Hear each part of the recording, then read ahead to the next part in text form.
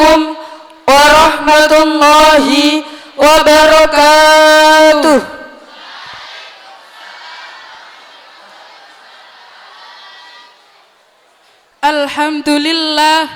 Alhamdulillahi rabbil alamin.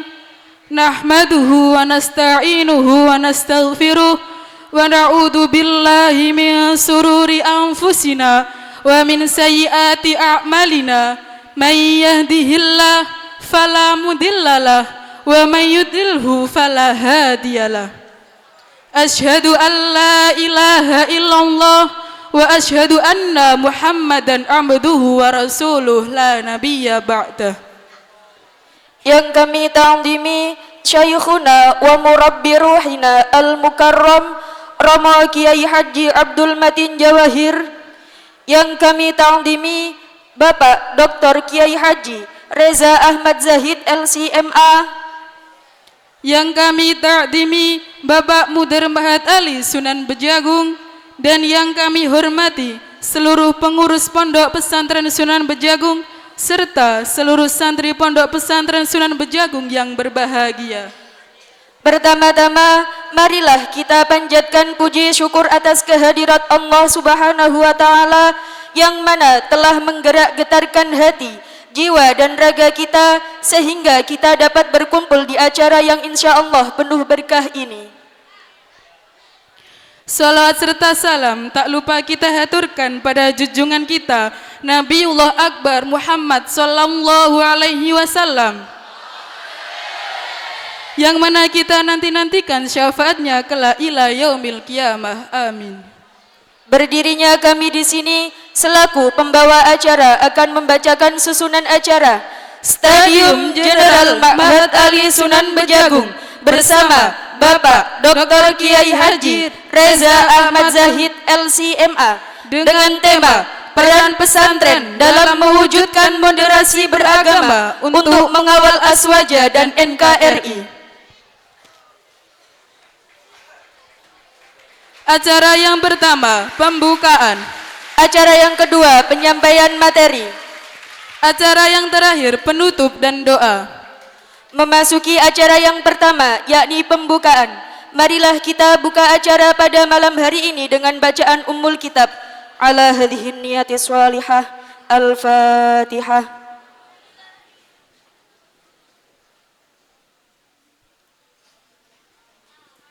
Semoga dengan bacaan Ummul Kitab tadi, acara kita pada malam hari ini berjalan dengan baik dan lancar tanpa ada gangguan suatu apapun. Dilanjut acara yang kedua, yaitu penyampaian materi oleh Bapak Dr. Kiai Haji Reza Syahid LCMA selaku pengasuh Pondok Pesantren Al-Mahrusiyah Lirboyo Kediri, Rektor Universitas Tribakti, Khatib Syuriah PBNU. Kepada Bapak Dr. Kiai Haji Reza Ahmad Zahid LCMA kami persilakan.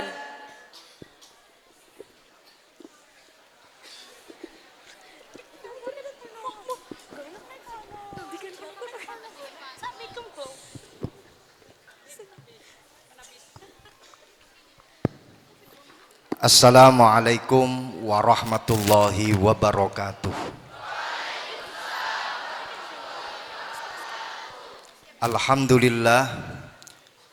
Alhamdulillahilladzi an'amana bihadhihi ni'mah. Alhamdulillahilladzi ajma'ana fi hadzal ma'had al-mubarak. Wa nusalli wa nusallim ala sayyidina wa maulana Muhammad ibni Abdillah wa ala alihi wa sahbihi wa mawalah. Allahumma syrah li sadri wa yassir li amri wa hlul 'uqdatam min lisani yafqahu qawli, amma ba'du. Hadratal muhtaramin ulama anal a'izza, para kiai, para alim ulama, para sesepuh, para bini sepuh, wabil khusus kepada guru kita, beliau panjenenganipun Romo Kiai Haji Abdul Matin Jawahir, pengasuh Pondok Pesantren Sunan Bejagung, Rois Syuriah PWNU Jawa Timur, guru kita bersama. Semoga beliau selalu pikantuk sehat walafiat, umur panjang, dipun paringi gampil sedaya urusan. Dalah sedaya para keluarga besar Pondok Pesantren Sunan Bejagung yang saya muliakan, dumateng beliau panjenenganipun Romo Kiai Dhofir, mugi-mugi beliau pinaringan sehat walafiat. Segenap para asatid, para pengurus Pondok Pesantren Bejagung, segenap para dewan asatid di semua tingkatan di lembaga Pondok Pesantren Sunan Bejagung, hadirin hadirat, para santri, santri putra yang saya hormati, dan santri-santri putri yang saya sayangi. Para alumni, baik yang hadir secara virtual, secara offline maupun secara online, semua saja yang hadir di majelis ini, semoga kita semuanya mendapatkan limpahan rahmat, hidayah dari Allah Subhanahu wa Ta'ala. Amin ya Rabbal Alamin. Baik, saya akan masuk pada materi kita pada malam hari ini. Kulo sejatose kalau nggak diperintah oleh guru kita Kiai Abdul Matin, saya tidak akan berani menginjakkan kaki di pondok pesantren ini. Tapi karena beliau dawuh, Gus, tanggal sekian, jam sekian, panjenengan hadir di tempat saya. Tidak ada kata kecuali siap laksanakan 86. Semuanya saya lakukan karena untuk tabarukan dengan Pondok Pesantren Sunan Bejagung. Semoga kita semuanya mendapatkan barokah dari pondok pesantren kita yang mulia ini. Amin ya Rabbal Alamin. Jadi pada kesempatan malam hari ini saya diminta untuk berbicara masalah moderasi beragama. Sebagai seorang santri, kita adalah kader-kader bangsa yang insya Allah paling mudah dan paling berpotensi untuk mengimplementasikan moderasi beragama. Sebelum kita jauh berbicara tentang moderasi beragama, simply speaking atau gampangane ngomong, moderasi beragama adalah salah satu sikap di mana kita menghormati perbedaan, menghormati agama lain, menghormati suku bangsa lain, menghormati pendapat orang lain tanpa harus membenarkannya, tapi kita tetap menghormati perbedaan. Dulu di zaman Rasulullah Shallallahu Alaihi Wasallam, antara sahabat dengan orang-orang kafir Quraisy itu saling hujat menghujat, saling bully membuli dalam hal teologi, dalam hal masalah ketuhanan. Para sahabat dulu mengatakan kepada orang-orang kafir Quraisy, "Weh, Tuhanmu kuwi apa? Tuhanmu kuwi lho cuman berupa patung, ora iso nyapo-nyapo." Dibalas kemudian oleh orang-orang kafir Quraisy, "Lah Tuhanmu kaya apa bentuke? Awakmu ya ora ngerti." Akhirnya saling ejek mengejek antara orang-orang kafir Quraisy dengan para sahabat, sampai pada akhirnya turun satu ayat, "Wala tasubbul ladzina yad'una min dunillah fayasubbullaha aduwan bighairi ilm." Janganlah kalian mengejek, menghina sesembahan orang lain. Janganlah kalian mengejek mereka-mereka yang menyembah kepada selain Allah. Jangan kalian etrek-etrek. Kenapa? Kalau kalian mengejek mereka, mereka akan membalas.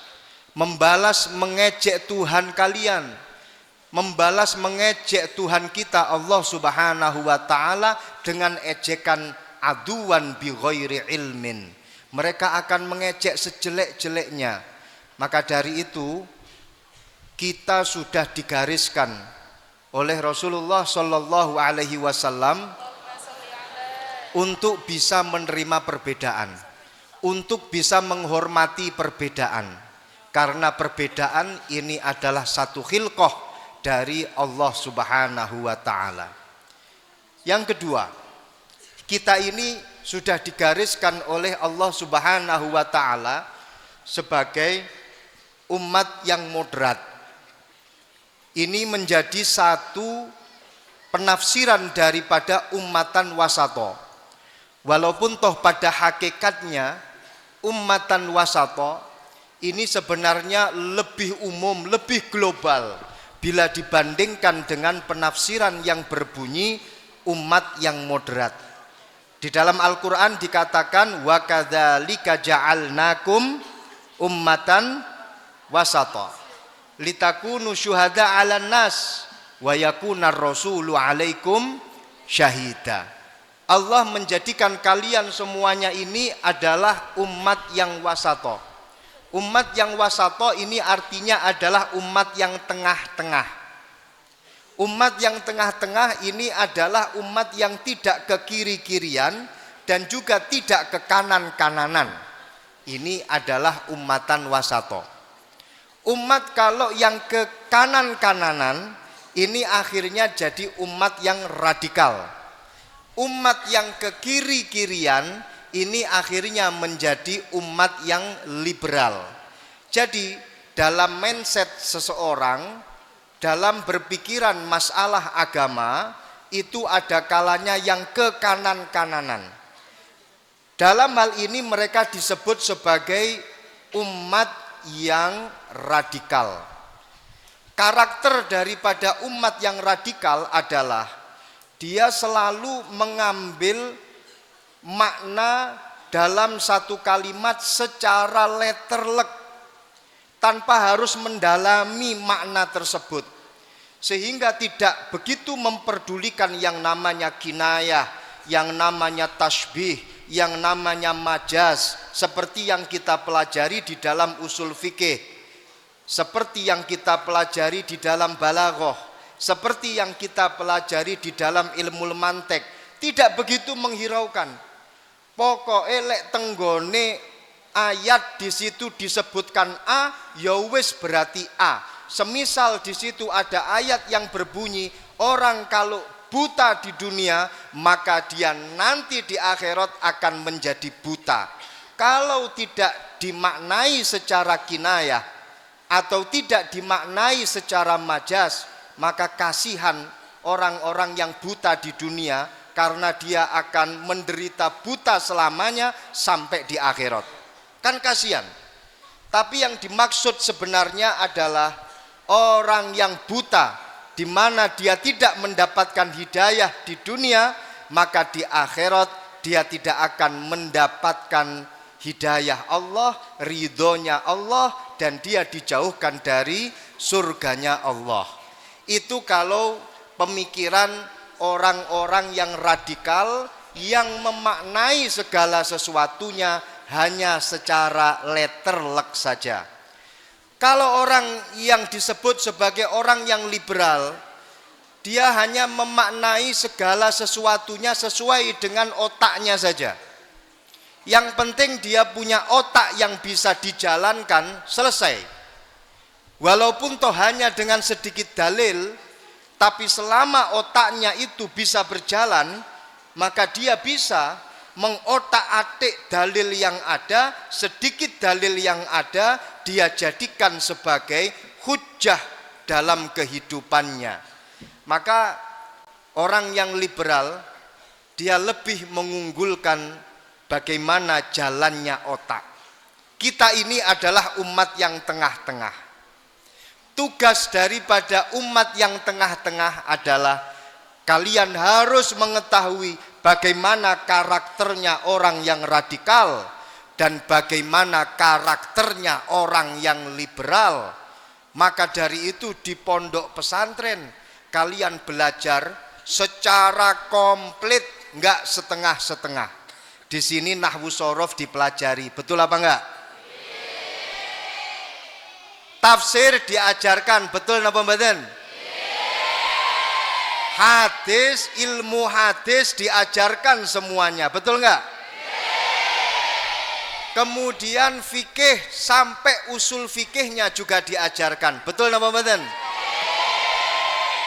Maka yakin kalian akan betul-betul menjadi ummatan wasato yang menghukumi segala sesuatunya tidak hanya secara letterlek tapi juga mendalami dari sisi tafsirnya.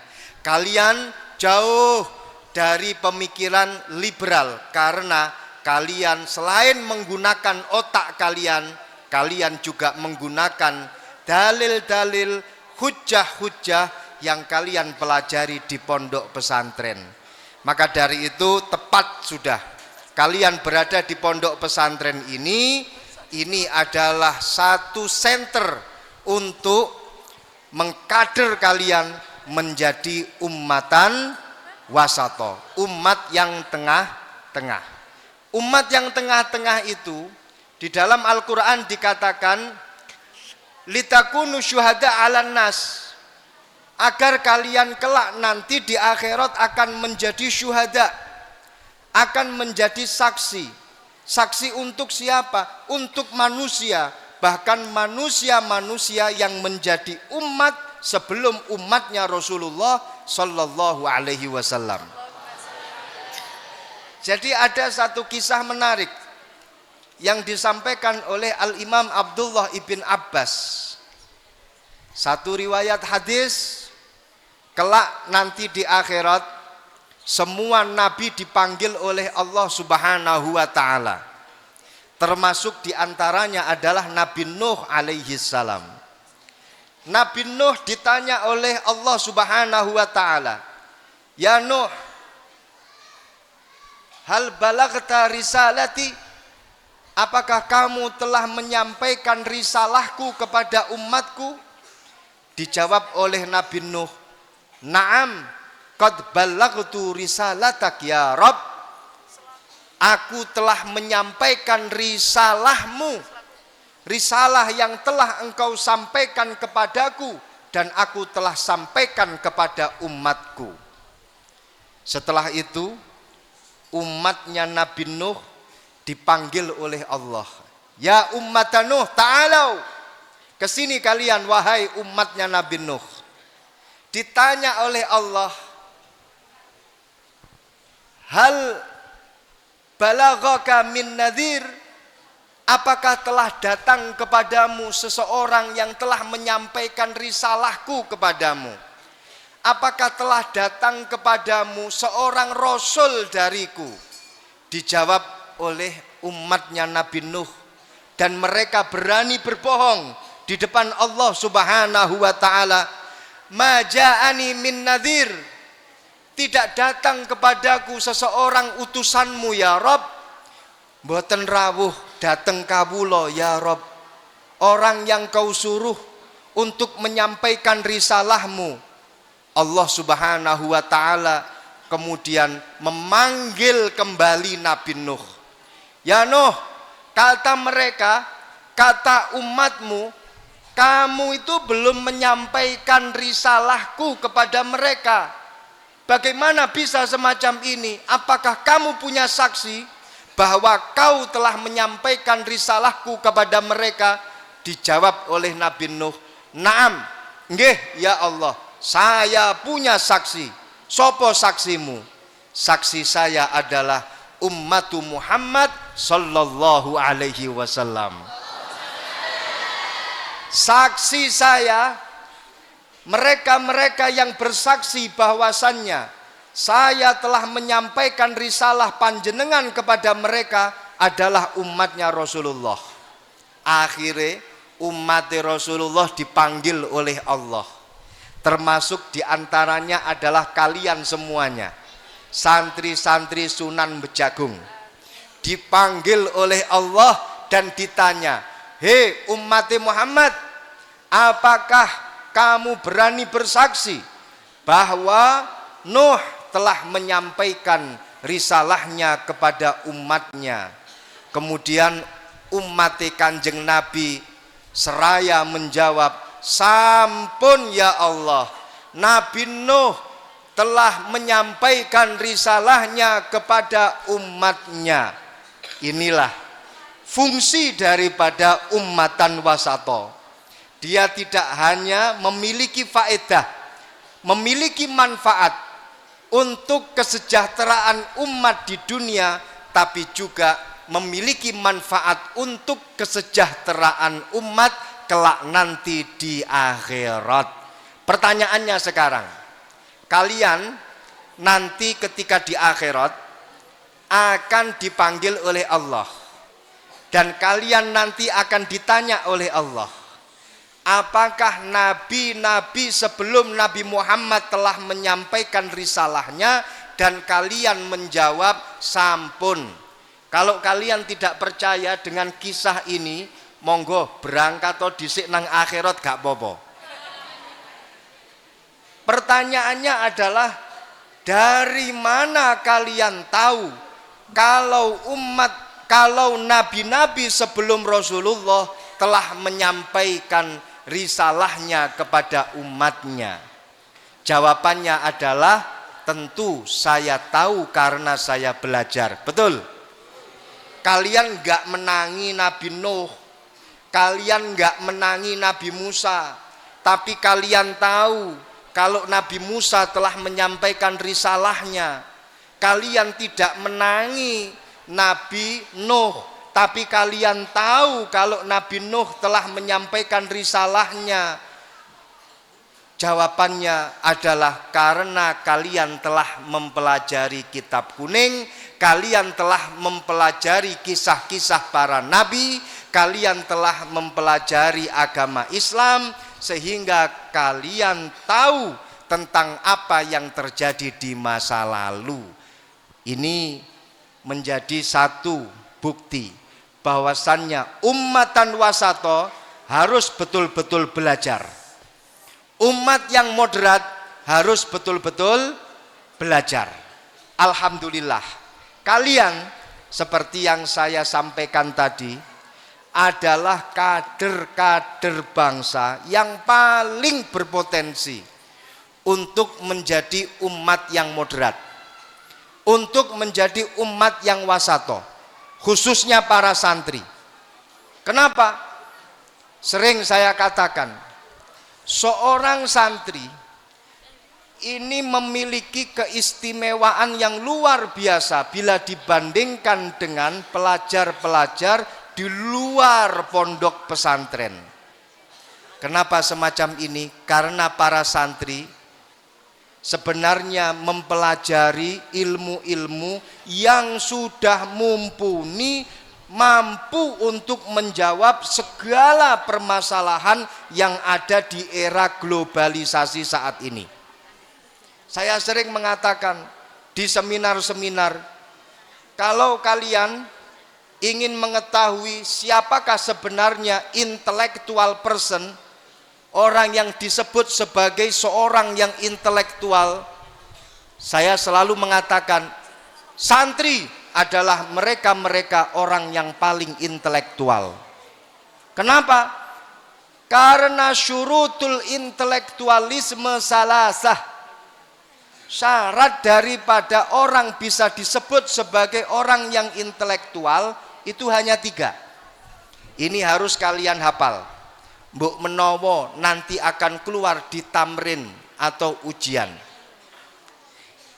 Min syurutil intelektualisme itu adalah salasah, ada 3.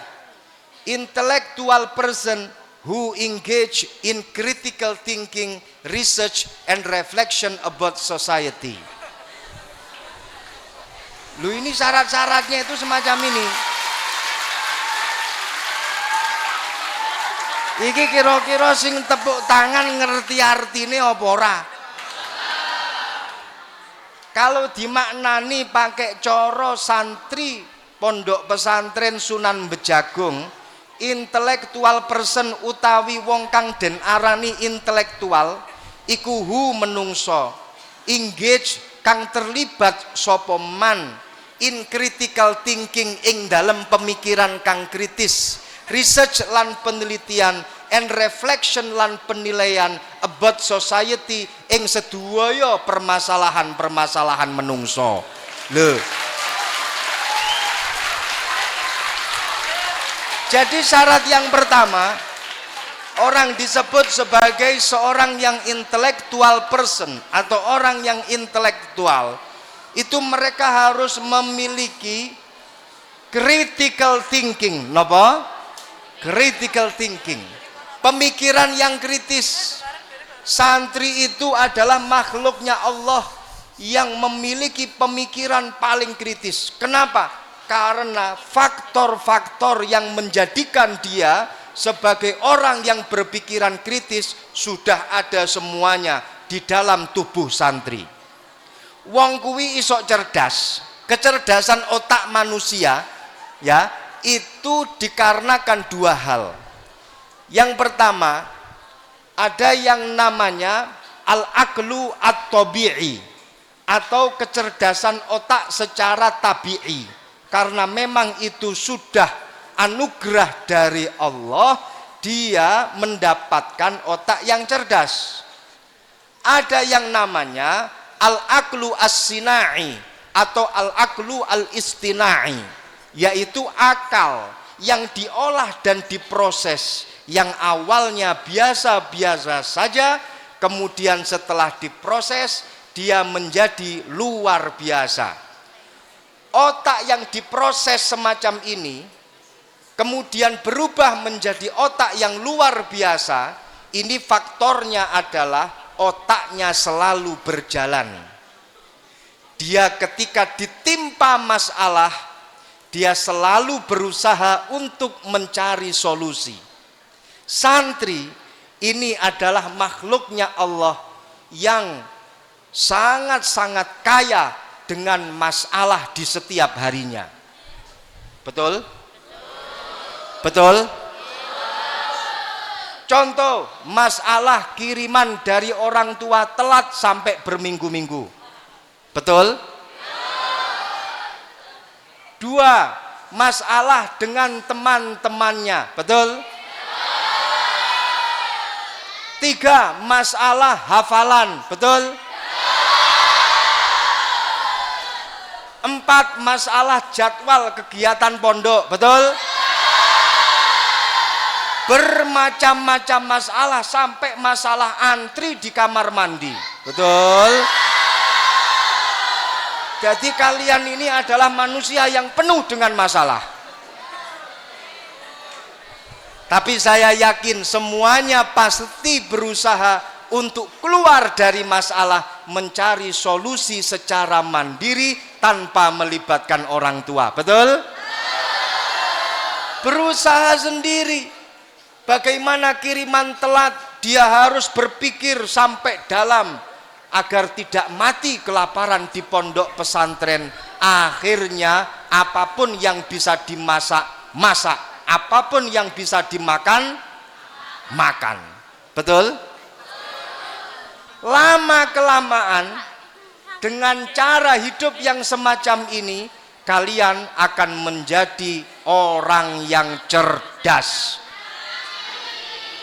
Makanya saya pesan kepada teman-teman santri, apapun masalah kalian di pondok pesantren, jadikanlah ini semuanya menjadi media pembelajaran untuk kalian semuanya. Ketika kalian telat kiriman, jadikanlah itu media pembelajaran. Saya harus lebih tirakat. Ketika kalian punya masalah dengan teman-teman kalian, jadikanlah ini media pembelajaran. Saya harus bisa berinteraksi sosial yang bagus. Ketika kalian punya masalah dengan guru kalian, dengan pengurus kalian, jadikanlah ini sebuah media pembelajaran bagaimana caranya taat dengan peraturan. Loh, lama-kelamaan santri semacam ini akan menjadi cerdas keesokan harinya. Sehingga ketika dia keluar dari pondok pesantren, maka dia akan menjadi kader yang siap pakai, mampu mengatasi masalah tanpa menimbulkan masalah. Jadi sadurunge pegadaian, punya slogan ngatasi masalah tanpa masalah. Santri sudah terlebih dahulu bisa menjadi kader bangsa yang ngatasi masalah tanpa menimbulkan masalah. Tepuk tangan untuk para santri. Yang kedua, orang yang intelektual person dia harus memiliki pengalaman. Dia harus memiliki research, yaitu penelitian. Kalian di pondok pesantren, lingkungan kalian sudah sangat mendukung untuk menambah wawasan dan pengalaman serta penelitian kalian. Mohon maaf, di pondok pesantren kumpul semua suku bangsa, betul?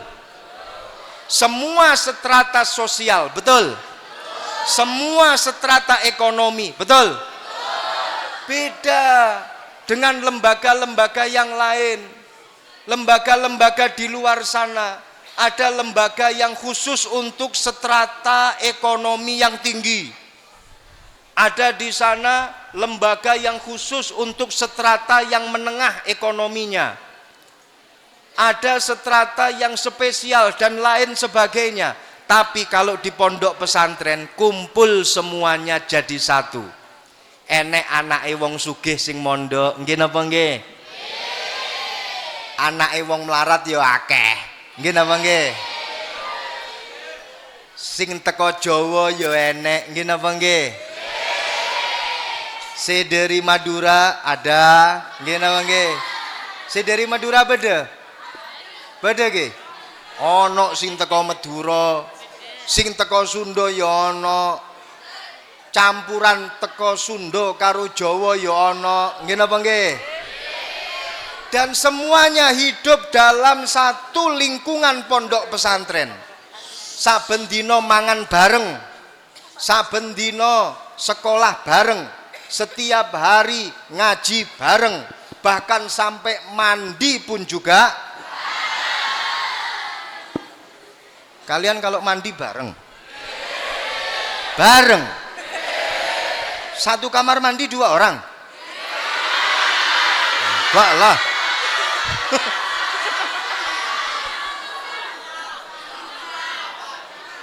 Ya, satu kamar mandi berapa orang, Mbak?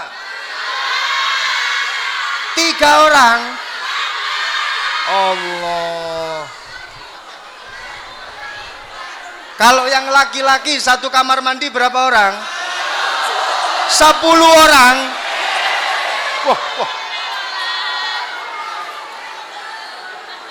Lah terus apa sing mbok lakoni nang nggone jero jeding kuwi? Ya Allah.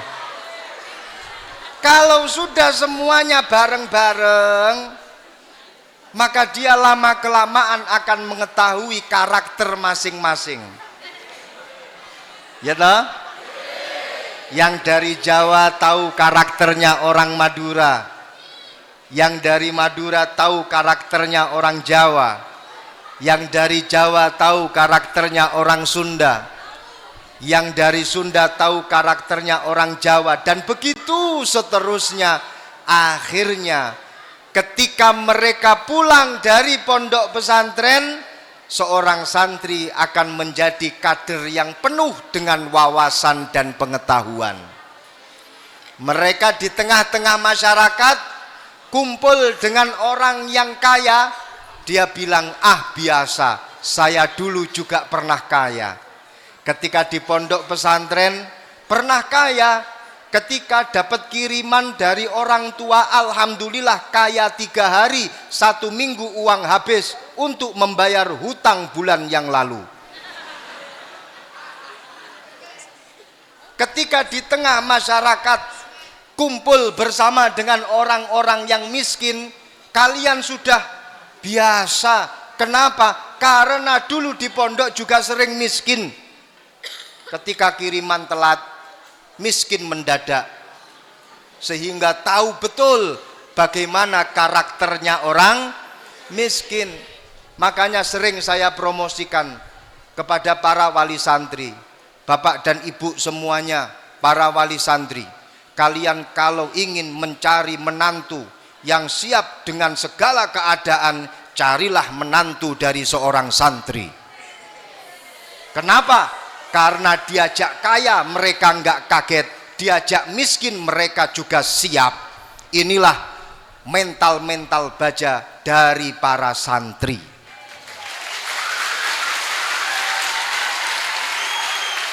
Dan mereka sudah terbiasa dengan karakter dari berbagai macam suku bangsa.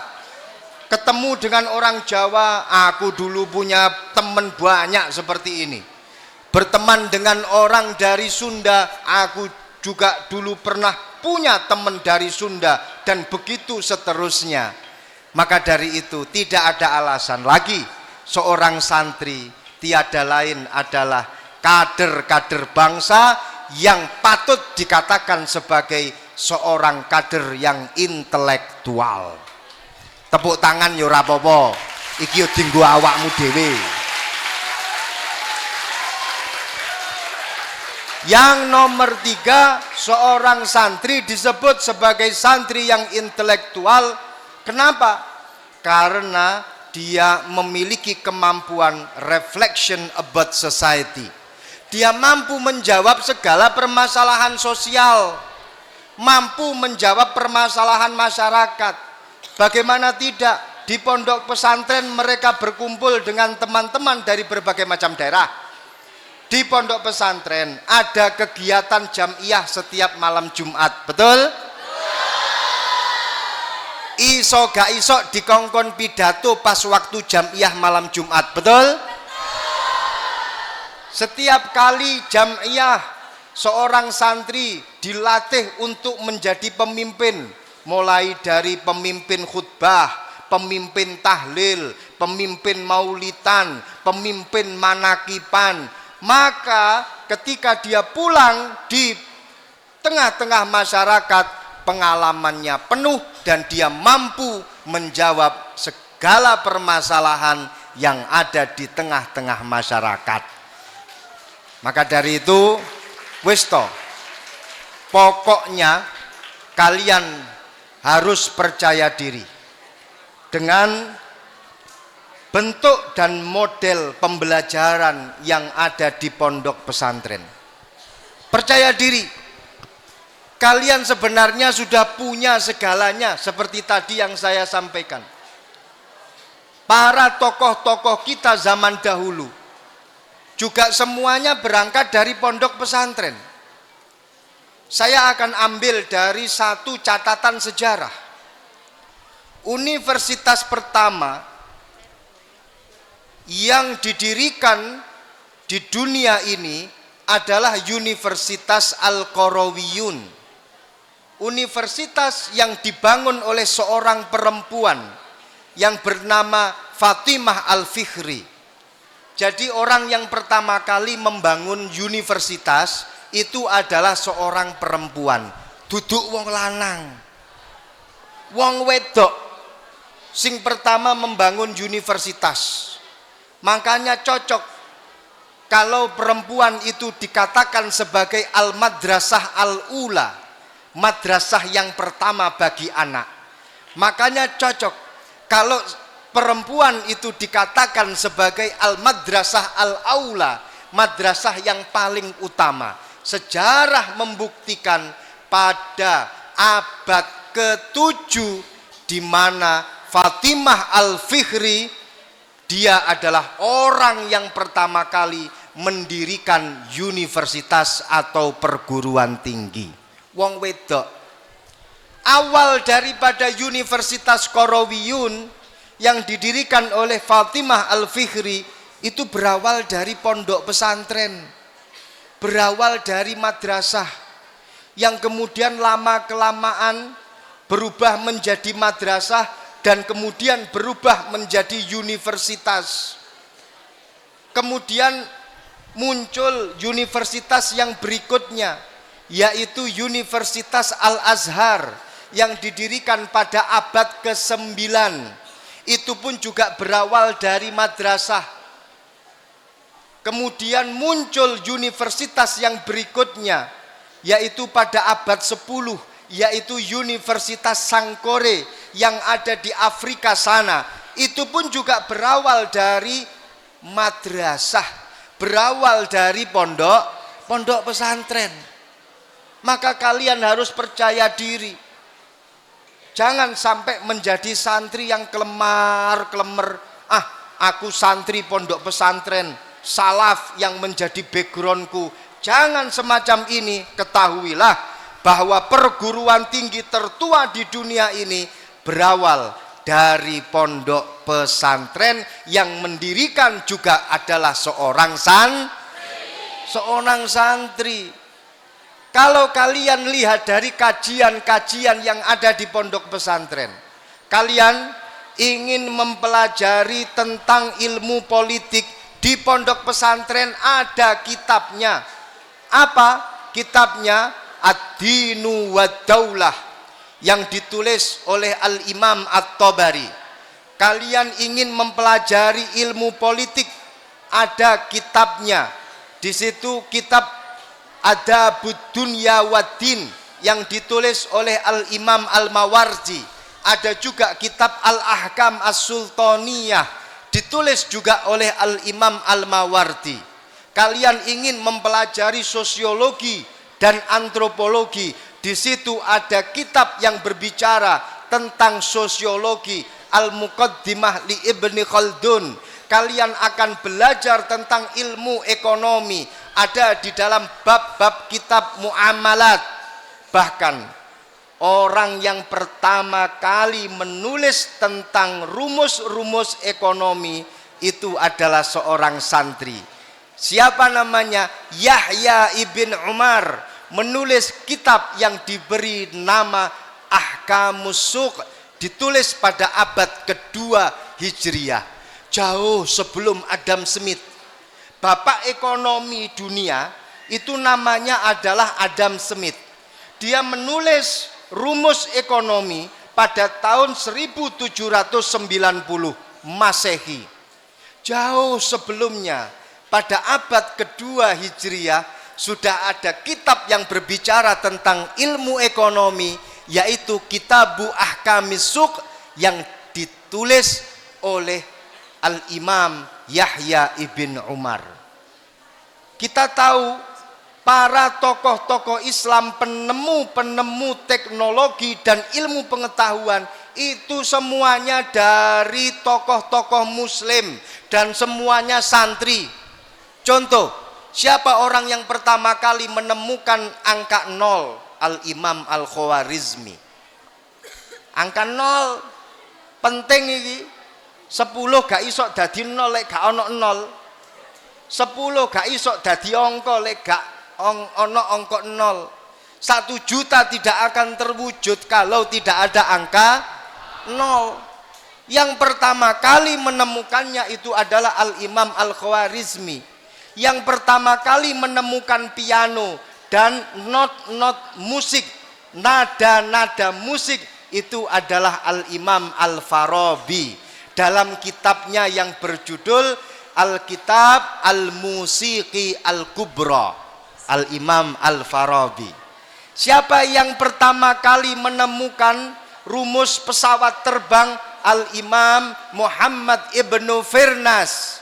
Dia mampu terbang sampai 10 menit, yang kemudian dia jatuh, ceblok. Tapi kan 10 menit wis lumayan, iso dadi manuk 10 menit. Jauh sebelum adanya teknologi pesawat terbang.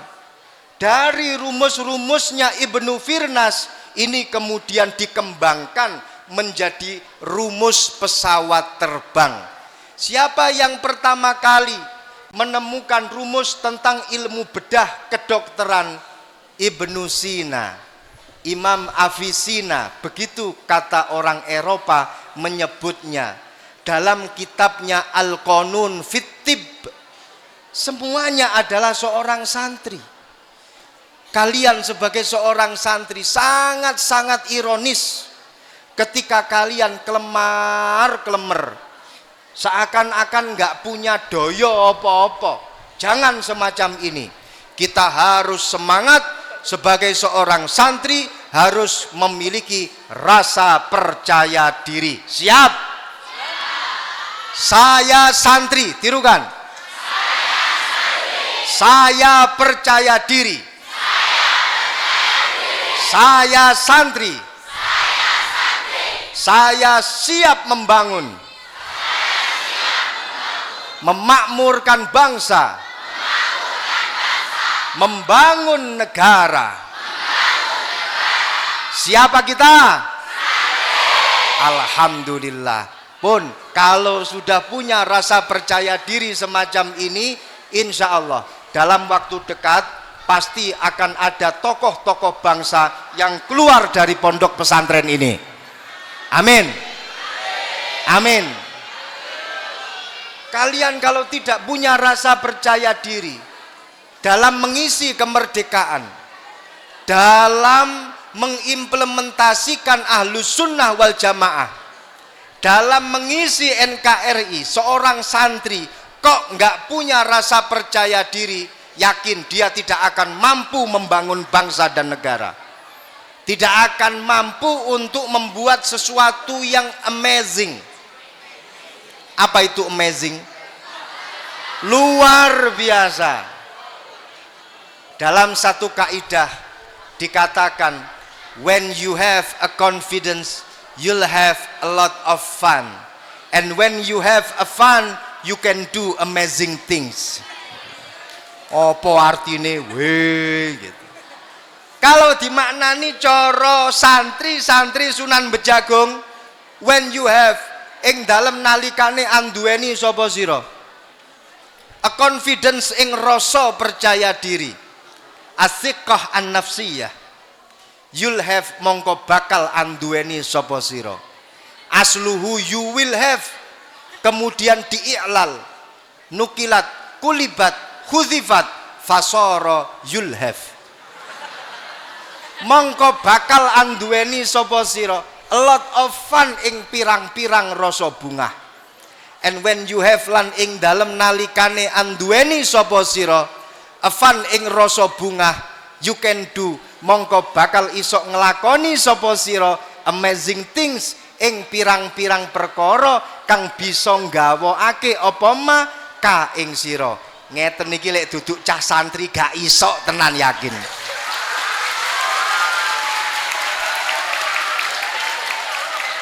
Jadi semuanya itu berawal dari rasa percaya diri.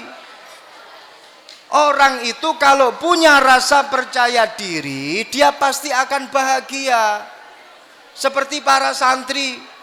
Santri itu dimanapun tempat dia berada, dalam berbagai macam kondisi dan situasi, pasti santri berbahagia. Kirimane telat tetap bahagia. Nggih napa nggih? Kegiatane kewebek di pondok pesantren tetap bahagia. Nggih napa nggih? Pokoknya apapun keadaannya, santri tetap bahagia. Kalau sudah dia bahagia, maka dia pasti akan menciptakan sesuatu yang amazing, sesuatu yang luar biasa. Tapi ingat, semuanya berawal dari rasa percaya. Siap percaya diri? Siap semangat? Siap membangun bangsa? Siap membangun negara? Siapa kita? Masukilah semua lini-lini untuk membangun bangsa dan negara Indonesia. Jangan semua santri keluar dari pondok pesantren memiliki satu fun keilmuan saja.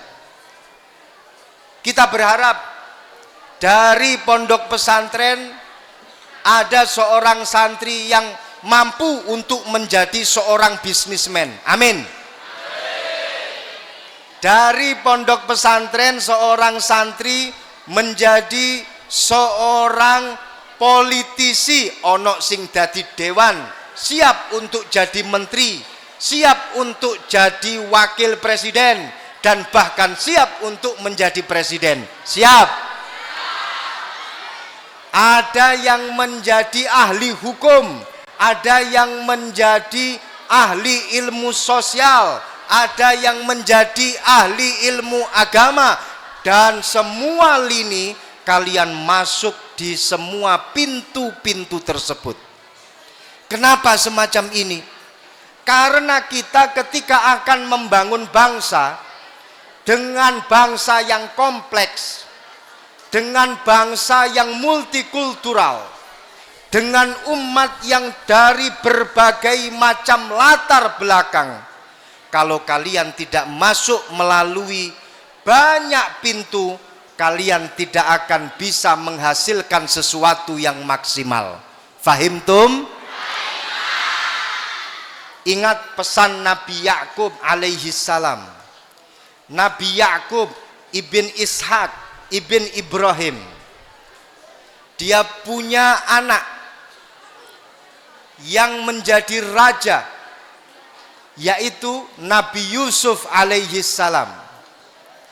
Suatu ketika saudara-saudaranya Nabi Yusuf diminta untuk berkunjung ke kerajaan Mesir tanpa mereka ketahui bahwa saudaranya yang bernama Yusuf itu telah menjadi raja di kerajaan Mesir. Kata Nabi Yakub kepada putra-putranya ketika mereka akan masuk di kerajaan, ya baniya la tadkhulu min babi wahid wadkhulu min abwabin mutafarriqah. Hai anak-anakku, ketika kalian masuk ke dalam kerajaan, janganlah kalian masuk hanya melalui satu pintu, tapi masuklah dari berbagai macam pintu. Masuklah kerajaan dari berbagai macam pintu. Coba kita angan-angan. Kerajaan adalah simbol decision maker. Kerajaan adalah simbol kekuatan. Kerajaan adalah simbol pembuat kebijakan. Kerajaan adalah simbol daripada kejayaan. Pesan Nabi Yakub kepada putra-putranya adalah masukilah kerajaan itu dari berbagai macam pintu. Sama halnya ketika kita ingin berjaya di negeri kita sendiri. Kita ingin membuat satu kebijakan yang penuh dengan kemaslahatan, maka masukilah kekuasaan ini dari berbagai macam pintu. Seorang santri ada yang siap untuk menjadi seorang pengusaha, siap.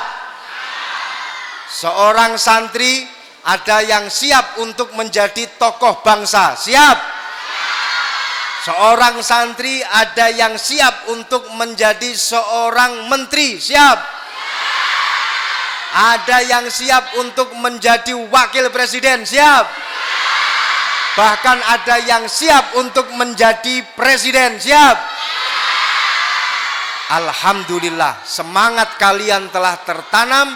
Kita tunggu beberapa tahun ke depan, insya Allah dari santri Sunan Bejagung pasti akan ada yang menjadi tokoh bangsa dan tokoh negara. Amin, amin ya robbal alamin. Mungkin itu saja yang bisa kami sampaikan. Tidak ada kata yang cukup bermakna bagi kalian, tapi semoga bisa memberikan manfaat untuk kita semuanya. Amin ya robbal alamin. Itu yang dapat kami sampaikan. Kurang lebihnya mohon maaf.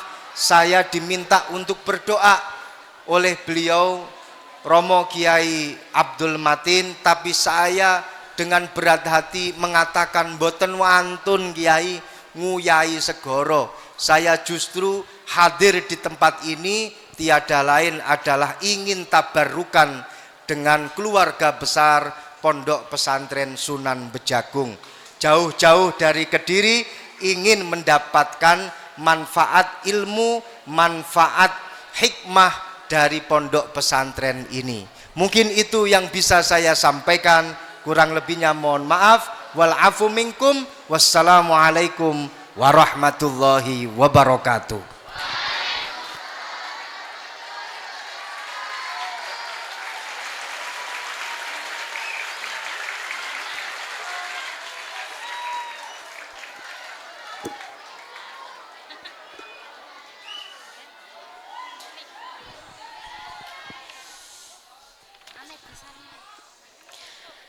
Terima kasih disampaikan kepada Bapak Dr. Kiai Haji Reza Ahmad Zahid LCMA selaku pengasuh Pondok Pesantren Al-Mahrusiyah Kediri, Rektor Universitas Tribakti, Katib Syuriah PBNU.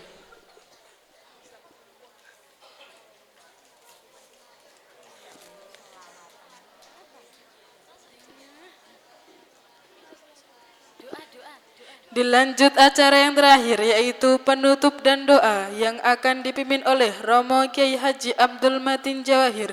Kepada beliau kami persilakan.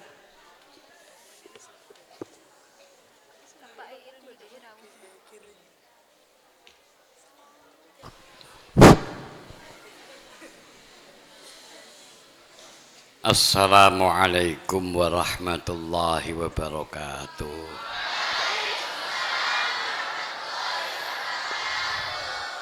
Alhamdulillah,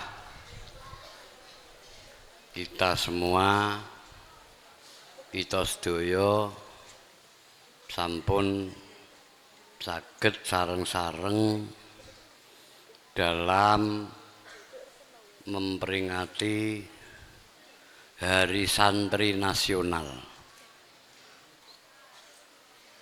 Menyongsong Hari Santri Nasional, sampeyan kabeh mendapat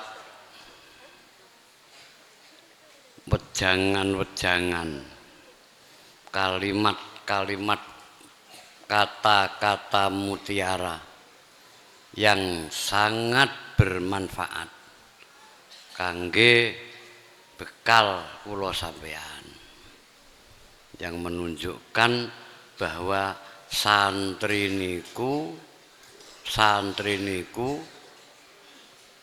all-round napa mawon saged. Dadi wong miskin nggih saged, dadi wong sugih nggih saged. Dadi miskin yo siap, dadi sugih nggih siap. Tapi tak dongakno muga-muga sugih kabeh. Muga-muga alim kabeh. Tapi aja amin tok,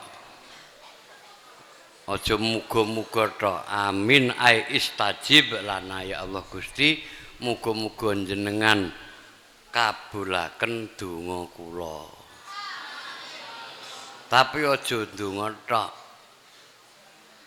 awake kudu diubah sangka durung pinter berubah menjadi pinter. Jendungan tok. Dawuhe Allah, innallaha la yughayyiru ma biqaumin hatta yughayyiru ma bi anfusihim. Maknane innallaha actually God la yughayyiru ma biqaumin, doesn't change state of people. Paham? Ora paham ya wis.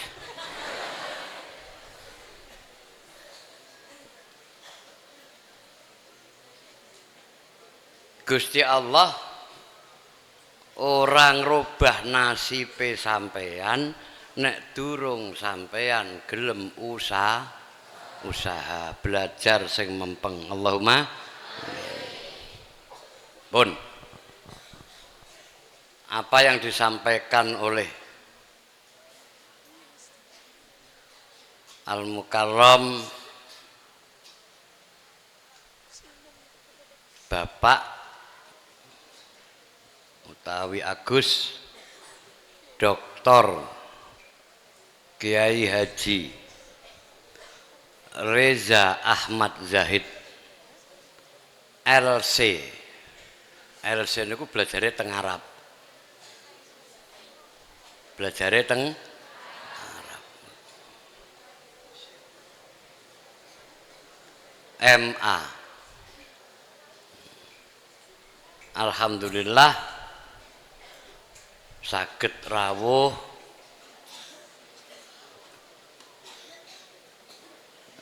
Yai Reza Ahmad Zahid niki yuswanipun nembe 43 mpun dadi Katib Syuriah pengurus besar Nahdlatul Ulama. Muga-muga iso nulari sampean kabeh. Menjadi rektor Universitas Islam Tribakti Kediri.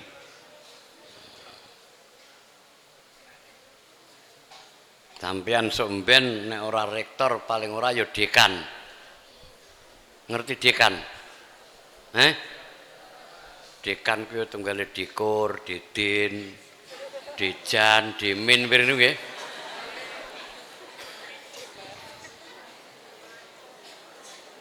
Menjadi intelektual muslim yang sejati. Allahumma. Beliau adalah salah satu dari pengasuh Pondok Pesantren Lirboyo. Muga-muga sampean kabeh ketularan berkahe Pondok Pesantren Lirboyo. Ingkang kula wenginane sampun badhe ijazahan yang dilakukan, yang diberikan kepada seluruh santri dan alumni beserta wali santri dan masyarakat ya, sekitar yang berjumlah sekitar 16.000 diijazahi napa nika hizib utawa khirzul jausan.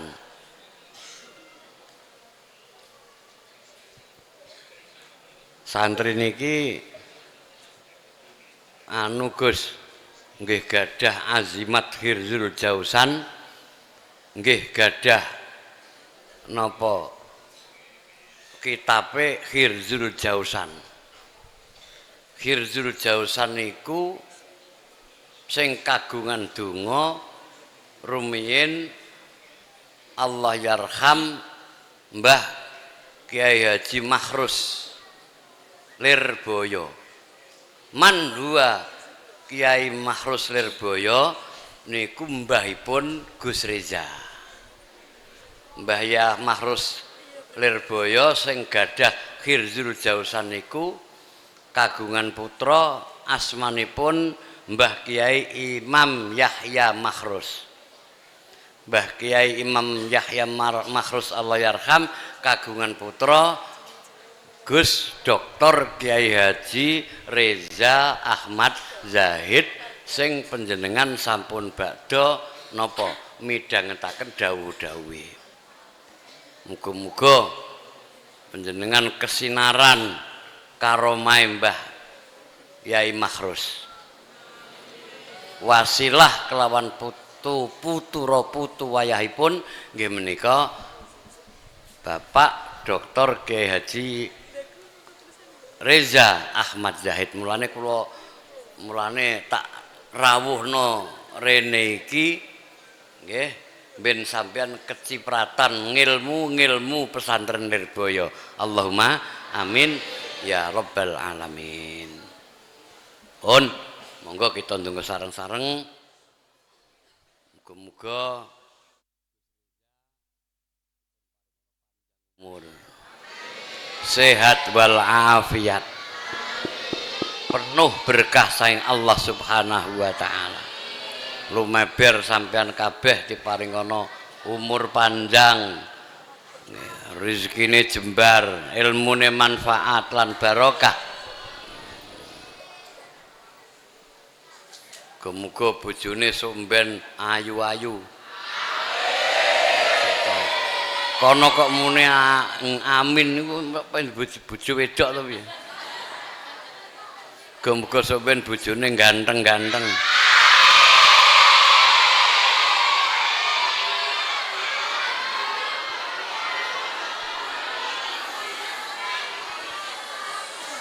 Monggo diwacana Fatihah. Khususan ila hadrati Mbah Kiai Mahrus, Mbah Kiai Imam Yahya Mahrus, wa usulihima wa furu'ihima, wa ila hadrati jamil awliya was salihin wal ulama il amilin, khususan Mbah Sunan Bejagung Syekh Abdullah Asy'ari, Mbah Syekh Hasyim Alamuddin Pangeran Pengulu Sunan Bejagung Kidul, wa usulihima wa furu'ihima, wa ila jami' arwahi ahlil kubur minal muslimin wal muslimat wal mu'minin wal mu'minat, khususan abaina wa ummahatina wa jadina wa jaddatina wa ikhwanina wa akhwatina wa jami'i masyayikhina. Lahumul Fatihah. A'udzu billahi minasyaitonir rajim. Bismillahirrahmanirrahim. Alhamdulillahi rabbil alamin. Arrahmanir rahim. Maliki yaumiddin. Iyyaka na'budu wa iyyaka nasta'in. Ihdinas siratal mustaqim. Siratal ladzina an'amta 'alaihim ghairil maghdubi 'alaihim waladdallin. Amin. Allahumma shalli ala sayyidina maulana Muhammadin wa ala alihi wa sahbihi ajma'in walhamdulillahi rabbil alamin. Allahumma inna nas'aluka min khairi ma sa'alaka minhu nabiyyuka Muhammadin sallallahu alaihi wasallam wa na'udzubika min syarri ma sta'adzaka min nabiyyuka Muhammadin sallallahu alaihi wasallam wa antal musta'an wa alaikal balagh la haula wa la quwwata illa billahil aliyyil azim. Allahumma yassir wa la tu'assir rabbi tammim bil khair innaka ala kulli syai'in qadir. Allahumma inna nas'aluka al-'afwa, Allahumma inna nas'aluka al-'afwa wal 'afiyah was salamah was sihhah wal mu'afatad daimah fid dini wad dunya wal akhirah. Allahumma zidna ilman nafi'a wa amalan salihan maqbula wa rizqan wasi'an halalan tayyiban mubarakah. Allahumma ja'alna wa auladana wa dzurriyyatana wa talamidana wa man hadara fi hadal majlis ya Allah min ahlil ilmi wal khair wa la taj'alna wa iyyahum minal khasirin. Allahumma bihaqqi la ilaha illallah wa bijahi sayyidina Muhammadin sallallahu alaihi wasallam wa bi karamati sultani auliya Syekh Abdul Qadir Al-Jailani wa bi karamatil qutbir rabbani Syekh Abil Hasan Asyadili wa bi karamati Syekh Muhammad Bautin Naksabandi wa bi karamati Syekh Maulana Abdullah Asy'ari Sunan Bejagung wa bi karamati Syekh Hasyim Alamuddin Pangeran Pengulu Sunan Bejagung Kidul. Iqdi hawaijana ya qadhiyal hajat wastajib lana du'aana ya mujibat da'awat. Allahumma arhamna innaka anta khairur rahimin. Allahumma ansurna innaka anta khairun nasirin. Allahumma ij'alna fi zumrati ibadikas salihin. Rabbana taqabbal minna innaka antas samiul alim wa tub alaina innaka antat tawwabur rahim. Rabbana atina fid dunya hasanah wa fil akhirati hasanah wa qina adzabannar. Wa sallallahu ala sayyidina maulana Muhammadin wa ala alihi wa sahbihi ajma'in. Subhana rabbika rabbil izzati amma yasifun wa salamun alal mursalin walhamdulillahi rabbil alamin. Al-Fatihah. A'udzu billahi minasyaitonir rajim. Iyyaka na'budu wa iyyaka nasta'in. Ihdinas siratal mustaqim siratal ladzina an'amta 'alaihim ghairil maghdubi 'alaihim waladdallin. Assalamualaikum warahmatullahi wabarakatuh. Pun sing santri putri balik ning di kamarnya. Allahumma sholli ala Muhammad.